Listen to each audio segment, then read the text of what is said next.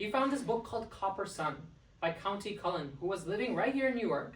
He was a stalwart of the Harlem Renaissance. In that book, he read From the Dark Tower, a seminal poem of the Black experience. Cullen, like many other early writers part of the Harlem Renaissance, was inspired by negritude, a transnational literary and political movement that emphasized consciousness of the Black condition. Aimé Césaire, Léon Gautran Damas, who aimed to contemplate ideas of home and Black identity, especially through a Marxist ethos and a surrealist style.